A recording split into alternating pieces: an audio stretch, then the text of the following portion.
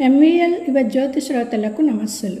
MVL మాస్టారి రచన నిన్న స్వప్నం నేడు సత్యం ధారావాహిక 6వ భాగంలో రాజారావుతో శంకరయ్య చేసిన స్నేహం వల్ల కథ ఎలా నడుస్తుందో చూద్దామా? సాయంత్రం కాలేజీ వదలగానే శంకరయ్యే రాజారావు దగ్గరికి వెళ్ళాడు. ఇద్దరూ కలిసి పార్కు వైపు నడక సాగించారు. రాజారావు తను చెప్పదలుచుకున్న విషయాలు చాలా ముఖ్యమైనవి, బరువైనవి అన్నట్లు గంభీరంగా మొదలుపెట్టాడు. నేను చెప్పే మాటలు వినే ముందు మీకు నా మీద నమ్మకం కలగాలి. ఇదేమిటి, వీడి తోటి అధ్యాపకుడి మీద అభాండాలు వేస్తున్నాడు అనుకోకూడదు. నేను చెప్పే విషయాలు ఈ వారం రోజుల అనుభవంతో పోల్చి చూసుకుని రైటో కాదో నాతో చెప్పండి. నేను తప్పని మీరు భావిస్తే నన్ను 10 మంది ముందు నిలబెట్టి అడగండి, పడతాను. శంకరయ్య గిరీశం పక్కన వెంకటేశంలా నడుస్తున్నాడు. అతను చెప్పింది వేదంగా శిరోధార్యంగా తీసుకునే పరిస్థితిలో ఉన్నాడు. మీ హెడ్ రామారావు పెద్ద పొలిటీషియన్. కాలేజీలో లెక్చరర్లందరికంటే ప్రిన్సిపాల్ కంటే కూడా గొప్పవాడని అనిపించుకోవాలని అతని కోరిక. అలా అని ఎవ్వరితోనూ విరోధం పెట్టుకోడు, అభిప్రాయ భేదం ప్రకటించడు. నా ఉద్దేశం పెళ్ళాం దగ్గర కూడా నక్క విని నటిస్తాడని. అతను చేసే పనులు చూస్తే మనకు ఏం చేయాల్సింది లేదన్నట్టు పన్నుతాడు పన్నాగం. రియాక్షన్ ఎలా ఉంటుందో చూద్దామని ఆగాడు. అంతమంది నోళ్ళెలా కట్టుకురాగలిగాడు మాస్టారు? మీరు చెప్పేది కట్టుకథలా ఉంది. శంకరయ్యని ఫెయిరీ టైల్ వింటున్న కుర్రాడిగా మార్చేశాడు రాజారావు. అదే అతని ప్రత్యేకత. అతను చేసే పనులన్నీ కట్టుకథల్లా ఉంటాయి. మన వెనకాల గోతులు తవ్వినా గమనించుకోలేం. అరే, ఇంత అందంగా ఎలా తవ్వగలిగాడా అని ఆశ్చర్యపోతాం. శంకరయ్య నిజంగా ఆశ్చర్యపడ్డాడు. మీ హెడ్ గారు కమిటీలో బాగా పలుకుబడి ఉన్న ప్రభాకరం అల్లుడు, అర్థమైందా? అదా విషయం అన్నట్టు చూశాడు శంకరయ్య. ఇంకా మీ విషయం ఆలోచించుకోండి. వాడికి అన్ని క్లాసుల్లోనూ మనుషులున్నారు. ముందు మిమ్మల్ని నానా అల్లరి పెట్టించేస్తాడు. మీరు కన్నీళ్ల పర్యంతమై బాబూ నాకు ఈ ఉద్యోగం వద్దు అని రిజైన్ చేయడానికి సిద్ధపడతారు అన్నాడు రాజారావు జోస్యం చెబుతున్నట్లు. తను రిజైన్ చేద్దామనుకున్న విషయం ఇతనికి ఎలా తెలిసిందా అని ఆశ్చర్యపోయాడు శంకరయ్య. అంతకుముందు తనే చెప్పిన విషయం మరిచిపోయి. మీరు నాణ్యధాస్తే శరణం అంటూ వాడి కాళ్ళ మీద పడిపోతారు. అప్పుడు మీకు అభయహస్తం చూపెడతాడు. మర్నాడు తన ఏజెంట్స్ అందరికీ చెప్పేస్తాడు, అబ్బాయిలు అల్లరి మానేయండిరా అని. మీకు మ్యాజిక్ జరిగినట్లు ఉంటుంది. కావలిస్తే మీరే చూడండి మరో వారం రోజుల్లో ఏం జరుగుతుందో. ఎందుకు చేస్తాడంటారు? ఎందుకేమిటి మాస్టారు, రిజైన్ చేద్దామనుకున్న మీరు అతని దయవల్ల కదా ఉద్యోగం నిలబెట్టుకున్నారు. జన్మంతా ఆయనకి రుణపడి ఉండాలనుకుంటారా లేదా? మనిషి అయిన వాడు తప్పకుండా అనుకుంటాడు. అదే మరి వాడి దెబ్బ. అప్పటి నుంచి మీకుంటుంది భజన. వాడి క్లాసులన్నీ మీరే తీసుకుంటారు, డిపార్ట్మెంట్ పనులన్నీ మీరే చేసి పెడతారు. అమ్మా, ఎంత పెద్ద ట్రాప్లో పడేస్తున్నాడు అనేశాడు శంకరయ్య అనుకోకుండా. రాజారావుకి సంతృప్తి కలిగింది అంత మాట అనిపించగలిగినందుకు. ఇప్పుడు ఏం చేద్దామంటారు అన్నాడు శంకరయ్య అర్జునుడు కృష్ణుడిని అడిగినట్లు. అది మీరు తెలుసుకోవాల్సింది. రిజైన్ చేసి పోవటమో వాడి కాళ్ళ మీద పడటమో, అంతకు తప్ప వేరే మార్గం లేదంటారా? మీరు ధైర్యంగా నిలబడతానంటే ఇంకో మార్గం ఉంది. చెప్పండి. ఈ కాలేజ్ కాకపోతే మరో కాలేజ్, బతకలేకపోతామా? అలా ఉండకూడదు మాస్టారు. సాధించదలుచుకుంటే అంతు చూడటమే. చెప్పండి, చేస్తాను. అది వినే ముందు ఒక మాట చెప్పండి. వాడి అహంకారానికి అంతటికీ కారణం ఏమిటంటారు అన్నాడు రాజారావు ఇన్ని చెప్పి విద్యార్థిని పరీక్ష చేసినట్లు. చెప్పారుగా కమిటీ మెంబర్ అల్లుడని. అది కాదు, అసలు విషయం చెబుతాను. కొంచెం దగ్గరికి రండి. శంకరయ్య బాగా దగ్గరగా నడవటం మొదలుపెట్టాడు. రాజారావు నడక ఆపి శంకరయ్యను కూడా ఆపి మెల్లగా చెప్పాడు చెవిలో. వాడి కులం వాళ్ళను తప్ప మరొకళ్ళని పైకి రానివ్వడు. పార్కులో లైట్లు వెలిగాయి. శంకరయ్యకు అసలు రహస్యం అర్థమై జ్ఞానోదయం అయినట్లుంది. మనసు గట్టిపరుచుకున్నట్టున్నాడు. కులాలెత్తి మనుషుల్ని చూసేవాడంటే నాకు ఒళ్ళు మంట. అలాంటి వాడిని కాల్చినా పాపం లేదు. ఇప్పుడు చెప్పండి మాస్టారు, ఇందాక చెబుతానన్నది. శంకరయ్య మాటలు రాజారావుకి చాలా హాయిగా వినపడ్డాయి. కులం చూసేవాళ్ళంటే నాకు మంటే. అందుకే మన ఇద్దరం ఇంత తొందరగా స్నేహితులం కాగలిగాం. వాడు లొంగి రావాలంటే ఒకటే మార్గం. వాడిని లెక్క చేయనట్టు, ఉద్యోగం అంటే ఖాతరు లేనట్లు 4 రోజులు ఉండండి. వాడే దిగి వస్తాడు. పిరికిగొడ్డు కదండి. మీరే చూస్తారుగా ఐస్ క్రీం తింటూ కబుర్లు చెప్పుకుంటున్న రమణ, కమల, రాజారావు కళ్ళబడ్డారు. హలో రమణ అని పిలిచి ఇద్దరికీ విష్ చేశాడు. మాస్టర్ తెలుసుగా? తెలుసని తల ఊపారు ఇద్దరు. మీ అన్నయ్య గారికి శంకరయ్య గారంటే చాలా అభిమానం. ప్రొఫెసర్ సుందరరావు గారు చెబితే పట్టుబట్టి కావాలని లెక్చరర్గా తీసుకువచ్చారు. శంకరయ్య రాజారావు వంక చూశాడు. ఇలా మాట్లాడుతున్నాడేమిటా అని. ఓహో, వీళ్ళెవరో మీకు చెప్పలేదు కదూ? ఇతను రమణ అని మన రామారావు గారి తమ్ముడు. ఈ అమ్మాయి కమల. ఇద్దరూ మన స్టూడెంట్స్. అద్భుతంగా పాడతారు. రోమియో జూలియట్ వేస్తే ఫారినర్స్ కూడా మెచ్చుకోవలసిందే వీళ్ళ ఉచ్చారణకి, అభినయానికి. మాస్టరే ట్రైనింగ్ ఇచ్చారు సార్ అన్నాడు రమణ వినయంగా. నాదేముందో, ట్రైనింగ్ ఇవ్వాలన్నా మీలాంటి వాళ్ళు దొరకద్దు. అన్నట్టు నువ్వు రిజైన్ చేశావని విన్నాను. నాకేం నచ్చలేదోయ్. నీలాంటి కుర్రాడు లేకపోతే యూనియన్ ఉన్నా ఒకటే, లేకపోయినా ఒకటే. మా అన్నయ్యకి ఇష్టం లేదు మాస్టారు. I see. అయితే సరే, వెళ్ళిరండి, షికారుకు వచ్చినట్టున్నారు.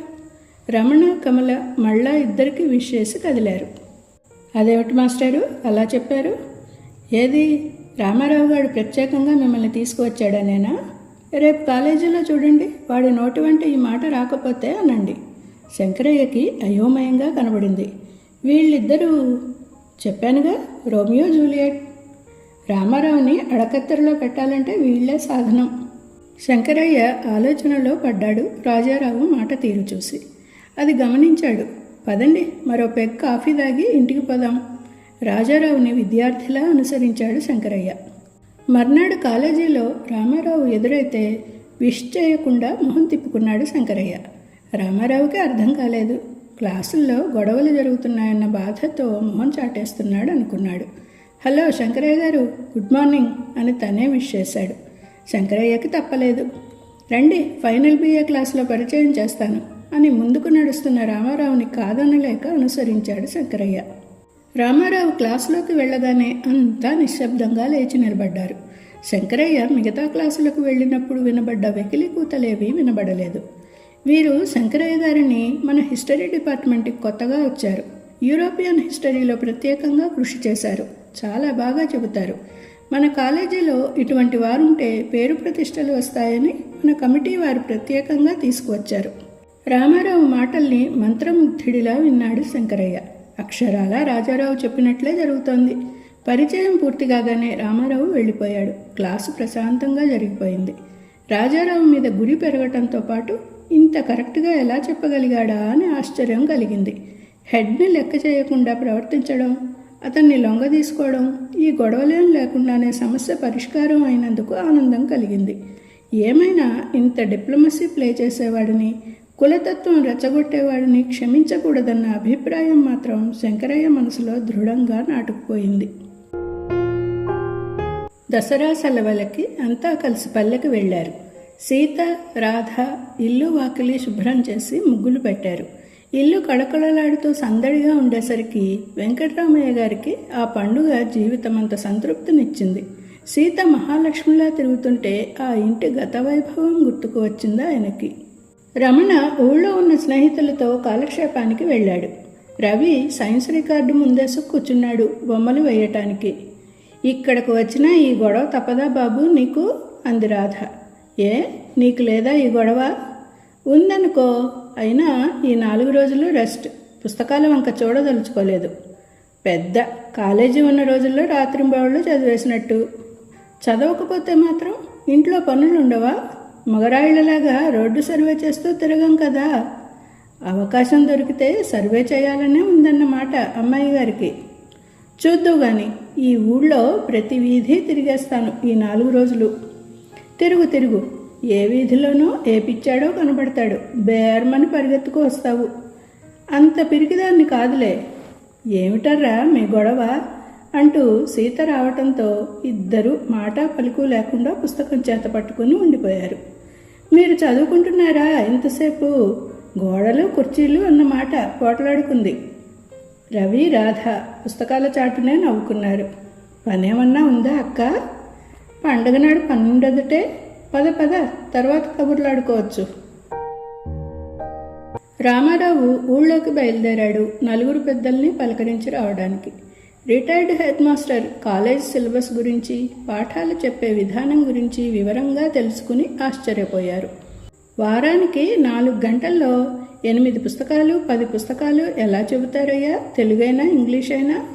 కోర్సు పూర్తి చేయటమేనండి, ఎలాగో అలా. మరి మిల్టన్ గురించి, టెనిసన్ గురించి వివరంగా చెప్పరన్నమాట. వాళ్ళ పేర్ల కంటే గైడ్స్ రాసిన వాళ్ళ పేర్లే బాగా గుర్తుంటున్నాయండి కుర్రాళ్ళకి. బాగానే ఉంది చదువు. ప్రస్తుతం విద్యార్థుల స్థాయి ఎంత తక్కువగా ఉందో పాతకాలంతో పోల్చి చూసుకుని మాస్టారు చాలా బాధపడిపోయారు. మాస్టర్ ఇంటి దగ్గర నుంచి ఆచార్య గారిని చూడటానికి వెళ్ళాడు రామారావు. జానకి సంవత్సరం క్రితం కంటే బాగా ఎదిగిపోయింది. అన్నయ్య అన్నయ్య అంటూ ఎగురుకుంటూ వచ్చే జానకి, గుర్తున్నామా అన్నయ్య అని ఒక్క మాట అడిగింది నిండుగా. రామారావు ఊళ్ళోకి రాగానే ఇంటికి వచ్చినందుకు ఆచార్య గారికి చాలా ఆనందం కలిగింది. గుర్తుండబట్టే వచ్చాడమ్మా మీ అన్నయ్య అన్నప్పుడు ఆయన మాట చల్లగాలిలా ఆర్ద్రంగా ఉంది. రామారావు అత్తవారి గురించి, ప్రస్తుతం ఉంటున్న ఇంటిని గురించి, ఉద్యోగం గురించి అడిగినవే అడిగి అంతకుముందు తన అనుమానాన్ని తుడిచేసుకున్నారు ఆచార్య గారు. రామారావు మన రాముడే, ఏం మారలేదు అనుకున్నారు. అనుకోకుండా గట్టిగా పైకే అనేశారు. వస్తాను బాబాయ్, నాన్న భోజనం చేయకుండా కూర్చుంటారేమో. ఉన్న 4 రోజులు కనబడుతూ ఉండవయ్యా. కనబడటం ఏమిటి బాబాయ్, ఈ 2 రోజులు అందరి భోజనాలు మన ఇంట్లోనే. ఏం చెల్లమ్మా, పొయ్యి వెలిగిస్తే ఊరుకునేది లేదు. రామారావు మాటలకి ఆచార్య గారి ఆనందం గుండెలలో సడి తిరిగింది. చెమ్మగిల్లిన కళ్ళను మునివేళ్లతో ఒత్తుకున్నారు. ఒక్కసారిగా కలిగిన సంబంధాల మీద, కలవారింటి సంప్రదాయాల మీద, పెద్ద కూతురి మీద ఉన్న కోపం అంతా కరిగిపోయి అన్నారు, ఒరే రాముడు, మన ఇల్లు మాత్రమేరా దూరంగా ఉన్నది. మీ నాన్న, అమ్మ, నేను, మీ పిన్ని, మీరంతా ఎక్కడరా ఉన్నది? ఒకే ఇంట్లో. ఆ ఇల్లు ఎక్కడ ఉందో తెలుసా? మనసుల్లో. ఆ ఇల్లు ఎలా ఉంటుందో తెలుసా? అది మేడ కాదు, దానికి గోడలు లేవు, తలుపులు లేవు, నగిషీలు లేవు. అక్కడ వినయం తప్ప, అనురాగం తప్ప దర్జాలు లేవు, అహంకారాలు లేవు. నాన్నెలా మాట్లాడుతున్నావు బాబాయ్ ఇవాళ? మనసులు ఒకటైనప్పుడు మాటలు కూడా ఒకటే కదరా. ఏ అల్లుడు, ఎప్పుడు రావటం? రామారావుకి ఆ పలకరింపుతో ఒళ్ళు జలధరించింది. ఎన్నేళ్ళయింది విని. రా రంగన్న మామ, కులాసా? ఆచార్య గారు రామారావు కూర్చున్న అరుగు క్రిందగా ఉన్న మెట్టు మీద కూర్చుండిపోయాడు రంగన్న. అదేమిటి రంగన్న, పైన కూర్చో. పైన కూర్చున్న దగ్గర నుంచి అరుగు దులుపుకోవటం, చాప పరుచుకోవటం, తెల్ల బట్టలు కట్టుకోవడం, సీమ సారా తాగటం ఎందుకొచ్చింది ఆచార్యులు గారు? దుమ్ములో ఉంటేనే సుఖం. మా అల్లుడిని అడుగు, పెద్దింట్లో ఉంటున్నాడుగా, కష్టం ఉందో లేదో చెప్పమను. అయితే మావా, నువ్వు ఇంకా తాగుడు మానలేదన్నమాట. మా చిన్నల్లుడు 3 ముక్కలేట మానాడేంటి నేను తాగుడు మానటానికి? రామారావు మొహంలో రంగులు మారాయి ఈ మాటకి. రమణ ఇక్కడికి రాగానే హడావుడిగా వెళ్ళింది 3 ముక్కలాట ఆడటానికా? ఆచార్య గారు రామారావు ఒకరి మొహం ఒకరు చూసుకున్నారు రంగన్న మాటకి. నలుగురు చూస్తే ఏమనుకుంటారు? తన పరువు ఏం కావాలి? ఏ ప్రెసిడెంట్ గారో ఎదురుపడి పట్టణానికి వెళ్ళినా మీ బుద్ధులు మారలేదయ్యా అంటే తనేమైపోవాలి? అయితే అల్లుడు, అమ్మాయి నీళ్ళోసుకుందా? రంగన్న ప్రశ్నకి సమాధానం ఇచ్చే స్థితిలో రామారావు లేడని ఆచార్య గారు కనిపెట్టారు. పదరాముడు, నాన్నగారు కనిపెట్టు కూర్చున్నారన్నావుగా, ఆనక మాట్లాడుకుందాం తీరిగ్గా. పదరంగన్న, అబ్బాయిని అందాక పంపించి వద్దాం. ఆచార్య గారి మాటలతో తల వంచుకునే మాట పలుకు లేకుండా ముందుకు నడిచాడు రామారావు. నావి 3 క్వీన్స్. రమణగాడికి ఎప్పుడూ క్వీన్సే పడతాయి అన్నాడు మున్సిపు గారి అబ్బాయి రాయుడు రమణ వైపు 4 రూపాయలు తోస్తూ. మరో 2 చెరో 4 రమణకి సమర్పించుకున్నారు. 3 రాణుల్ని కట్టుకుంటాడ్రా రమణ. కాకపోతే చిన్నప్పటి నుంచి చూస్తున్నా, గెలిచినా ఓడినా రాణిలే ఎందుకు పడాలి వాడికెప్పుడు? వాడి వేళ్ల కింద రాణీలున్నారని నా అనుమానం. శ్రీహరి రమణ వేళ్లు పట్టుకుని అటు ఇటు తిప్పాడు, ముక్కలు రాలతాయేమోనని. 7 సార్లేరా వెధవ అనుమానాలు మీరు అంటూ డబ్బు చొక్కా చేతి మడతలో దోపాడు రమణ. అదేమిట్రా అప్పుడే లేస్తున్నావు? ఇంటికి వెళ్ళాలోయ్, పనుంది. నేను చెప్పా కదరా, వాడిది రాణీల జాతకం. ఇంటి దగ్గర ఒక రాణి ఉంది. నా మాట అబద్ధమైతే వాణ్ణే అడుగు అన్నాడు రాయుడు రమణను చూసి కన్ను గీటుతూ. ఏరా, ఉత్త ప్రేమ పెళ్లి ప్రేమ? అడిగాడు జోగారావు ఏ కేటగిరీలోకి చేరే రాణిని తెచ్చాడో తెలుసుకోవాలని.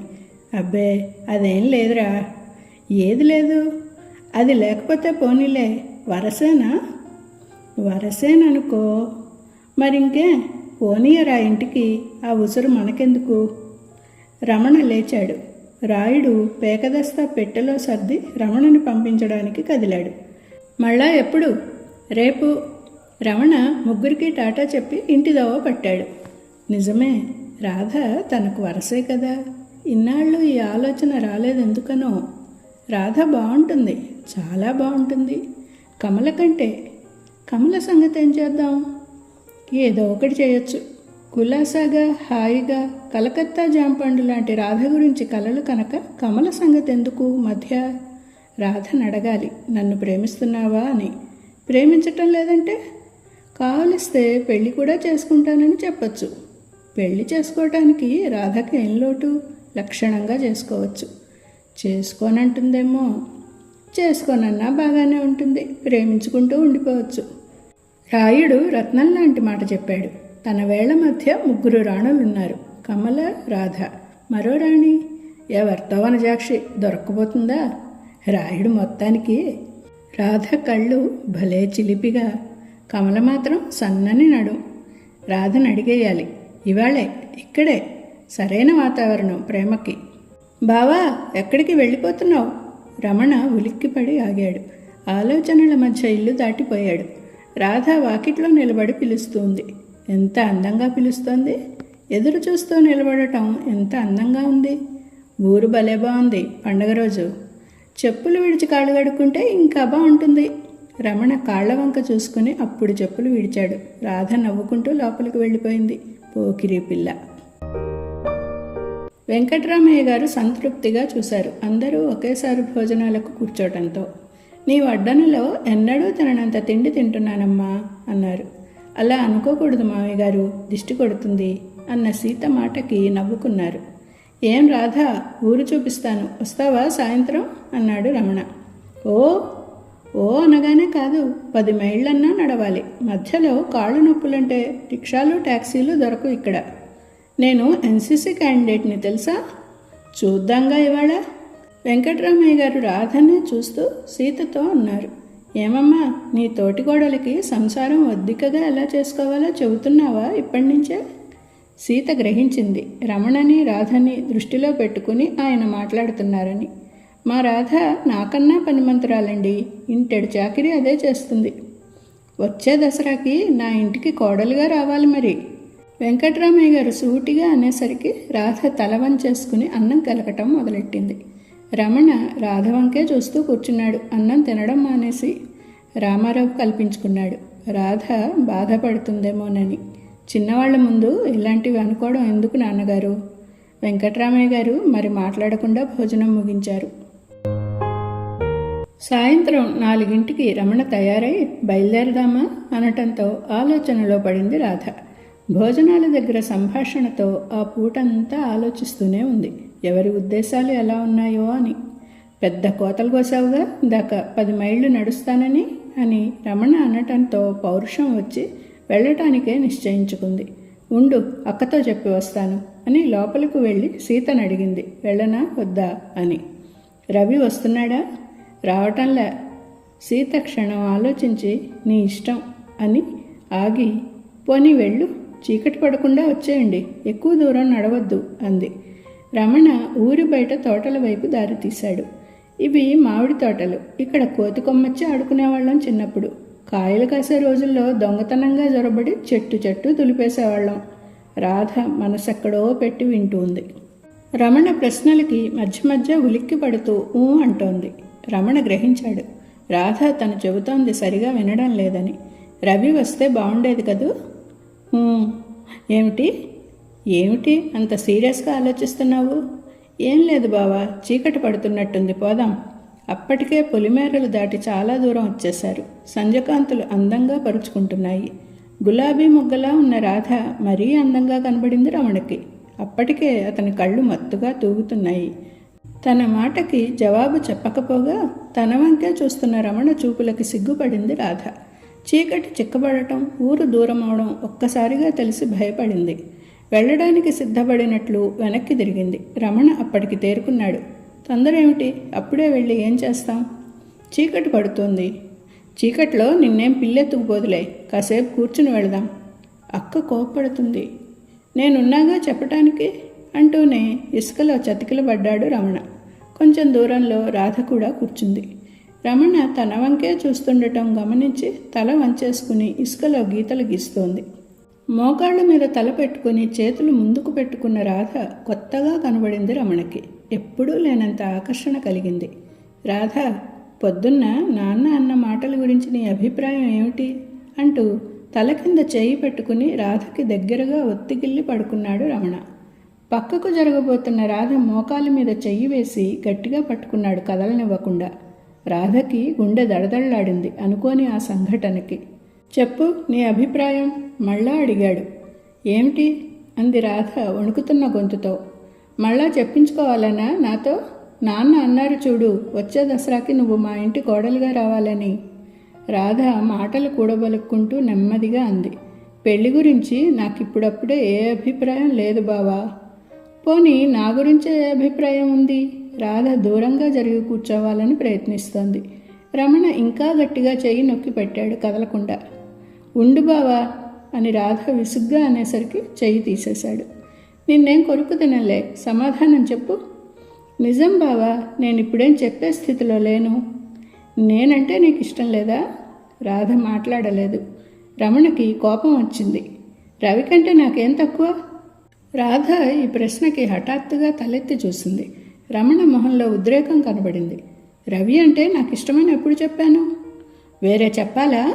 వద్దు బావా, నేనెవరి మీద ఏ అభిప్రాయం ఏర్పరచుకోలేదు. రమణకి నమ్మకం కలగలేదు. తిండికి గతిలేక ఇంట్లో పడున్నవాడి పాటి చెయ్యనా నేను? రాధకి ఈ మాట ములికిలా తగిలింది. రవి గురించి అంత నీచంగా అనటం నచ్చలేదు. అతన్ని ప్రేమించకపోవచ్చు, పెళ్లి చేసుకోవాలని అనుకోకపోవచ్చు. రమణ కళ్ళకి తమ ప్రవర్తన అలా కనిపించింది కాబోలు. అంత మాత్రాన అతన్ని తక్కువ చేసి మాట్లాడాలని లేదు కదా.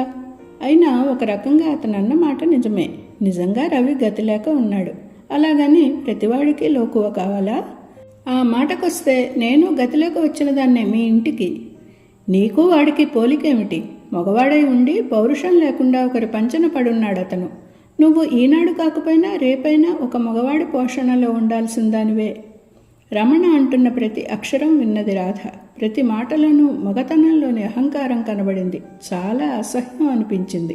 అలా అనుకుంటే నేనేనాడు ఒకరి పోషణలో ఉండను. చదువుకుంటాను, సంపాదించుకుంటాను. నువ్వు మాత్రం భావ సంపాదన మీద ఆధారపడి ఆయన పంచన ఉండటం లేదా? ఈ మాటలు అనుకోకుండా అనేసింది. రమణకి పెళ్ళున చెంప మీద కొట్టినట్లు అనిపించింది. రాధా అని గట్టిగా అరిచాడు.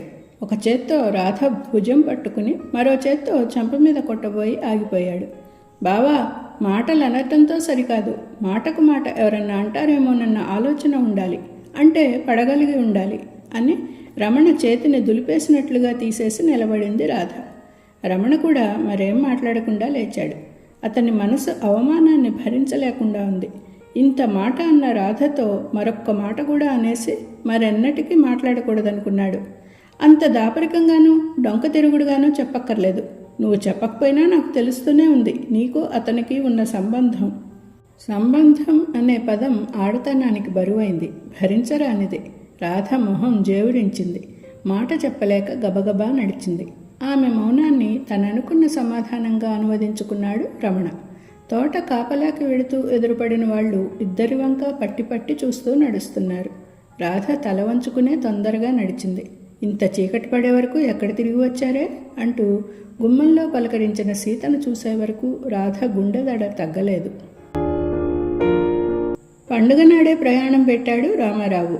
మరి 4 రోజులు ఉండకూడదు? కాలేజ్ ఉందిగా. పోనీ అమ్మాయి వాళ్ళ నుంచు, వాళ్ళ ఇష్టం, ఉంటే నాకు అభ్యంతరం లేదు అన్నాడు రామారావు సీత వంక చూస్తూ. ఈసారి సెలవులకి వచ్చి 10 రోజులు ఉంటాం మామగారు అంది సీత. మీ ఇష్టం అన్నారు వెంకటరామయ్య గారు మనస్ఫూర్తిగా పంపలేనని ధ్వనిస్తూ. పట్నం వాళ్ళు మన పల్లెటూళ్లలో ఉండలేరు నాన్న, ఇక్కడ పొద్దుపోవటం కష్టం కదా. అక్కడంటే సినిమాలు, షికార్లు కదు రవి. అన్నాడు రమణ కసిగా. రవి ఏదో చెప్పబోయేసరికి రాధ వద్దని సైగ చేసింది. రమణ అది గమనించాడు. రాధ ప్రతి కదలిక అతన్ని రెచ్చగొడుతోంది. 4 రోజులు ఉండటానికి ఆపసోపాలు పడిపోయింది రాధ.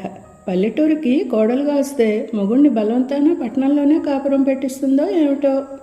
రాధ రమణ వంక కోపంగా చూసింది. ఆచార్య గారు జానకి రావటంతో మాటలు పెరగకుండా వాతావరణం చల్లబడింది. బస్సు దాకా వెంకటరామయ్య గారితో పాటు జానకి ఆచార్య గారు వెళ్లారు. వదినా, ఈసారి వచ్చేప్పుడు పాపాయిని ఎత్తుకురావాలి అంది జానకి. అలాగే, ఈలోగా నీ మొగుడు నిన్నెత్తుకుపోకుండా ఉంటేను అంది సీత జానకి ఒక్కదానికే వినబడేట్టు. బస్సు కదిలే వరకు కూడా రమణ వంకే చూస్తున్నారు వెంకటరామయ్య గారు. రమణ మాత్రం ఎటో చూస్తున్నాడు. రవి ఇది గమనించాడు. రమణ మీద ఎన్ని ఆశలు, ఎన్ని కలలు అన్నీ ఆయన చూపుల్లో కనబడుతున్నాయి. బస్సు కదులుతున్నప్పుడు మాట్లాడుతున్న మాటలేవీ వినిపించలేదు వెంకటరామయ్య గారికి. బస్సు కదిలినా ఇంకా ఏదో చెబుతూనే ఉంది జానకి. బస్సు రేపిన దుమ్ములో ఏం కనబడకపోయినా అటే చూస్తూ నిలబడిపోయారు వెంకటరామయ్య గారు. ఆ పల్లెటూళ్ళలో వెంకటరామయ్య గారు ఎలిమెంటరీ స్కూలు టీచర్. ఆ ఊళ్ళోనే తరాలు వెళ్ళిపోయాయి. ఆస్తులు పెరిగాయి, తరిగాయి. కుటుంబాలు 1కి 2 అయ్యాయి. పల్లె వదిలి పట్టణాలకు ఎగబడ్డారు కొందరు. కష్టమో సుఖమో అక్కడే అంటిపెట్టుకుని ఉండిపోయారు మరికొందరు. అలా ఉండిపోయిన వారిలో వెంకటరామయ్య గారు ఒకరు. తాతల నాటి ఆస్తులు కరిగినా అభిమానాలు, ఆత్మీయతలు తరగక జీతం రాళ్లతోనే సంసారం నెట్టుకొస్తూ 50 వర్షాలు గడిపేశారు ఆయన. సుభద్రమ్మ 30 ఏళ్లయి ఆ ఇంట కాలు పెట్టి. పండుగలకి కాకపోయినా పురుళ్ళకైనా పుట్టింటికి వెళ్ళటానికి నోచుకోకపోయింది. 3 ముళ్ళు మెడలో పడటమే చూశారు కానీ సుభద్రమ్మ మేనమామలు అచ్చటా ముచ్చటా సంగతి ఆలోచించలేకపోయారు. నాటి నుంచి తను కన్ను తెరవకనే కన్ను మూసిన తల్లిదండ్రుల గురించి కానీ, కన్ను తెరిచి తెరవనంత నిరసనగా చూసే మేనమామల్ని గురించి కానీ తలుచుకోవడం మానేసింది సుభద్రమ్మ. వెంకటరామయ్య గారే ఆమె సర్వస్వం. పెద్ద కొడుకు రామారావు, చిన్న కొడుకు రమణ ఇద్దరు 2 కళ్ళు భవిష్యత్తును చూపించేవాళ్ళు. రామారావు SLC చదువుతున్నాడు. అతన్ని చూస్తుంటే తన కొడుకు కలెక్టర్ చదువుతున్నంత ఆనందంగా ఉండేది సుభద్రమ్మకి. పెద్దబ్బాయిని కాలేజీ చదువుకి పంపిద్దామండి. వెంకటరామయ్య గారు నవ్వేవారు. ఆ నవ్వులో 4-5 తరాల చరిత్ర ధ్వనించేది. ఏనాడు లేనిది పట్నం చదువు. స్థిరాస్తులున్నప్పుడు మనకేమిటన్న ధీమాతో బతికారు. ఆస్తి కాస్త పోగానే నగరాలు మనం ఎరుగలేని ఎత్తులని అక్కడే చతికిలబడిపోయారు. కాలేజీ చదువంటే వేలతో పనని, సామాన్యులకు అందుబాటులో ఉండదనే ఆలోచన శక్తి సుభద్రమ్మకు లేదు. అబ్బాయి అన్నిటిలోనూ ఫస్టును వస్తాడు. వాళ్ళ స్కూల్లో పెద్ద మాస్టర్ కూడా అదే అన్నారు. అలాంటి వాడిని పై చదువులకు పంపకపోతే తల్లిదండ్రుల కర్తవ్యం ఏం నెరవేర్చినట్లు? తల తాకట్టు పెట్టి చదివించామనుకోండి, ఇల్లు తాకట్టు పెట్టమని ఆవిడ తాత్పర్యం. వాడిని ఒక్కడిని చదివించామనుకో, రమణ సంగతి ఏమిటి? వాడు పైకొస్తే వీడికో దారి చూపించకపోతాడా? వెంకటరామయ్య గారు ఆలోచించేవారు. వాడు పైకొస్తే వీడికో దారి చూపించకపోతాడా అని కాదు ఆయన ఆలోచన. పెద్దవాడికి దారి చూపించటమే ఎలాగా అని. కాలేజీ చదువు అంటే మాటల 4 ఏళ్లు పడుతుంది. వీడు తిన్నగా ఉండి బుద్ధిగా చదివి దైవం అనుకూలించి ఓ గుమాస్తాగిరి దొరికితే అప్పటికి కథ ఓ కొలిక్కి వస్తుంది. కాలేజీ చదువగానే సరికాదే, అదయ్యాక ఉద్యోగం అక్కడే అంటారు. పట్టణానికి పడిపోవాల్సి వస్తుంది. పోతే ఏం కొంప మునిగిపోయిందేమిటి? ఇక్కడ మణిమాన్యాలు కొట్టుకుపోతున్నాయా మనకు? సరే చూద్దాంలే, ముందుది పాస్ అవని. మన బంగారు తండ్రి పాస్ అవ్వకపోతే ఇంకెవరు పాస్ అవుతారండి? రమణ కంచం ముందు నుంచి లేవగానే మంచం మీదకి చేరేవాడు. రామారావు మాత్రం పుస్తకం చదువుతున్నట్టు నటిస్తూ తల్లిదండ్రుల సంభాషణ వినేవాడు. SLCకి వచ్చాక ఇలాంటి సంభాషణలు తరచుగా విన్నాడు. ఇంకా వినాలని, ఇంకా తన గొప్పని గురించి అనాలని, ఏమైనా కాలేజీలో చదవాలని ఉండేది రామారావుకి. ఆ ఆలోచనలే కలలుగా మారేవి. చాలా కలల్లో అమ్మా నాన్న లక్షాధికారులు అయ్యేవారు. కార్లలో తిప్పుతూ, బంగళాల్లో తివాచీల మీద నడిపిస్తూ, కోరింది అందజేస్తూ చదివించేవారు. అలాంటి కలలన్నా రామారావుకి ఇష్టమే. మరి రామారావు కలలు నిజమయ్యాయా? అయితే ఎలా అయ్యాయి? తర్వాతి భాగంలో చూద్దాం. Thank you.